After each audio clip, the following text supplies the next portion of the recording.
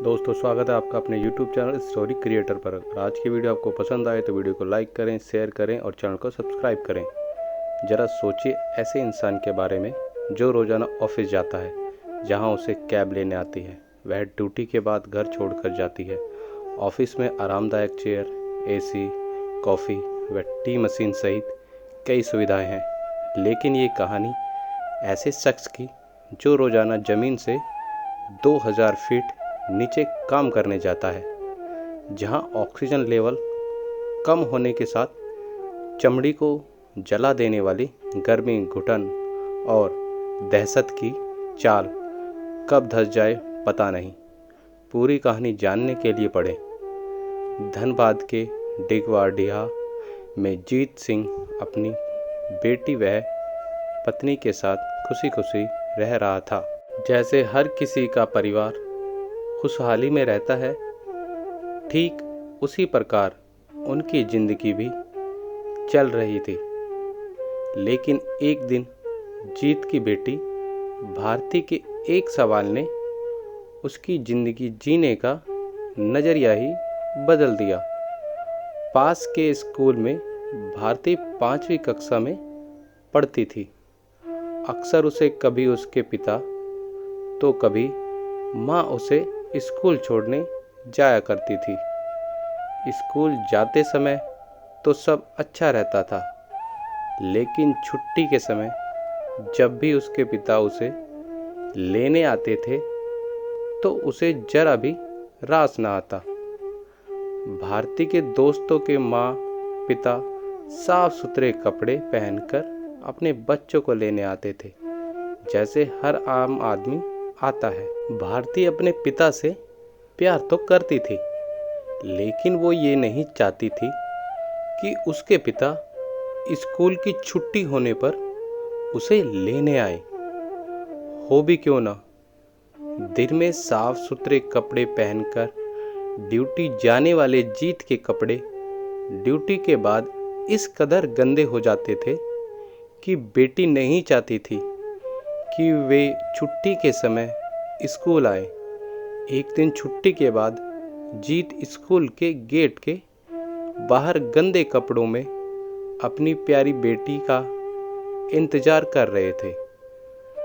भारती अपने दोस्तों के साथ हंसते मुस्कुराते बाहर आ रही थी, लेकिन जैसे ही उसने अपने पिता को देखा, गुस्से से उसका मुंह लाल हो गया।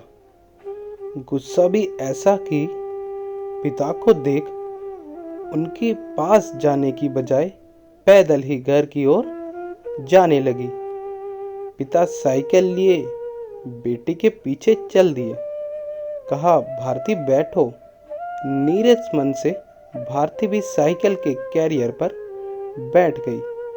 पिता थे जो चंद मिनटों में ही ना जाने कितने ही सवाल पूछ बैठे।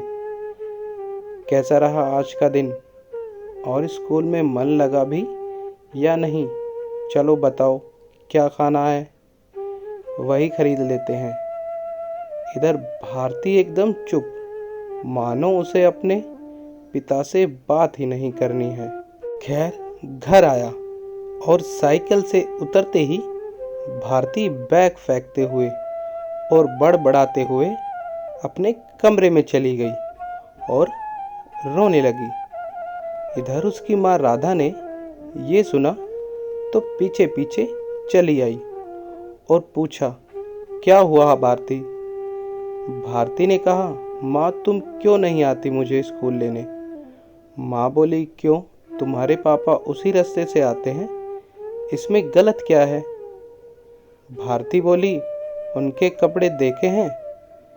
सुबह तो सब ठीक, लेकिन शाम होते होते कितना गंदा हो जाते हैं। मेरे सभी दोस्तों के पापा साफ सुथरे कपड़ों में आते हैं। कई बार तो मेरे दोस्त पापा को देखकर मेरा मजाक उड़ाते हैं। माँ, तुम ही आया करो ना मुझे स्कूल से लेने।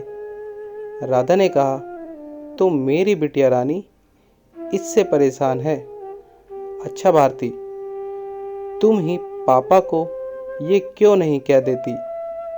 कुछ दिनों के बाद भारती पापा के पास गई और कहा, पापा मुझे आपकी एक चीज़ नहीं पसंद है। जीत बोले, क्यों, क्या नहीं पसंद, जरा बोल के तो देखो, तुम्हें खिलौने चाहिए क्या? भारती ने कहा, नहीं पापा, मुझे आपके वो गंदे कपड़े नहीं पसंद। सुबह तो आप घर से साफ कपड़ों में ही निकलते हैं, लेकिन दोपहर होते होते आपके कपड़े इस कदर गंदे हो जाते हैं कि मेरे दोस्त आपको देख मुझे चिढ़ाते हैं। जीत बोले, अरे बेटी, तो ये बात है, क्या कहूँ, मेरा काम ही कुछ ऐसा है। भारती बोली, पापा आप ऐसा क्या करते हैं कि शाम होते होते आपके कपड़े गंदे हो जाते हैं? जीत, तुम्हारी उम्र बहुत छोटी है, मैंने सोचा थोड़ी और बड़ी हो जाओ तब बताऊंगा, लेकिन नहीं, अब बता ही देना चाहिए। बिटिया रानी में किसी कॉर्पोरेट ऑफिस में काम नहीं करता, बल्कि एक मजदूर हूँ जिसे रोजाना जमीन से 2000 फीट नीचे पाताल में जाना पड़ता है। पिछले दिनों तुमने अखबार में खबर पढ़ी थी ना, चाल धंसने से 60 लोगों की मौत। वो मेरे साथ ही थे।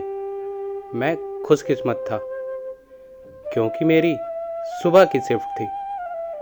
तुमको स्कूल से लेने जो आना था। भारती की आंखों में आंसू थे। पापा आप मेरे लिए इतनी मेहनत करते हैं, मैं कितनी गलत थी। जीत बोले, क्या करूं बेटी, तुम्हारी खुशी के लिए ये काम भी मैं हंसते हंसते करता हूँ। इतने में पीछे खड़ी खड़ी बाप बेटी की बातें सुन रही राधा बोली, भारती तुम्हें पता भी है तुम्हारे पापा घर से निकलते हैं तो, लेकिन उन्हें ये पता भी नहीं होता कि वो घर लौटेंगे भी या नहीं। मैं जानती हूँ कि कितनी मुश्किल से वो हमारे लिए पैसे कमा रहे हैं।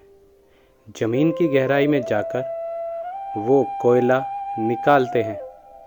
यही वजह है कि तुम्हारे पापा के कपड़े गंदे हो जाते हैं। वहाँ गर्मी भी इतनी है कि हम लोग एक पल भी वहाँ ना रह पाए।